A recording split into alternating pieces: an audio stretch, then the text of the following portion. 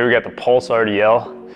I'm gonna use a kettlebell in the video. You could use a dumbbell, or if the load is not enough, you can even use a barbell, or if you don't have access to a dumbbell that's functional enough to do this exercise. So if it's big and blocky, it's not gonna be very easy to do. Or if you don't have a kettlebell that you can get access to, you can use a barbell as well. So for this, what you're gonna do, you're gonna go about hip width apart. You're gonna push your butt back and tailbone up to the ceiling as you reach back with the kettlebell. You feel a big stretch through your hamstrings at this point. Then you're gonna use that tension in your hamstrings to pull yourself a quarter of the way up and then back down, quarter of the way up and back down. So I'm going about like mid shin level on the way up. Notice my back position doesn't really change when I go up.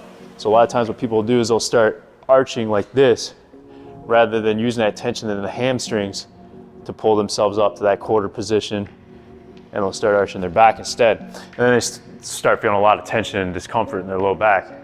The other thing that people will do, maybe they got their hip position down, but then their foot position will make it so that their low back starts doing the work. So I'm gonna give you a front view here.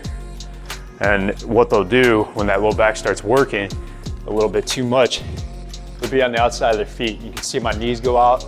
I'm on the outside of my feet. That's gonna engage my low back more. So what you need to do to combat that is put pressure on the inside of your feet. Take your big toe, there's solid contact there. The instep of your foot, there's solid contact there.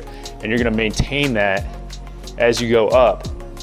And that will help the hamstrings, especially like the medial inside portion of your hamstrings. That'll help those kick in and start contributing a lot more to the exercise, and it'll tone down the discomfort and activity in your low back.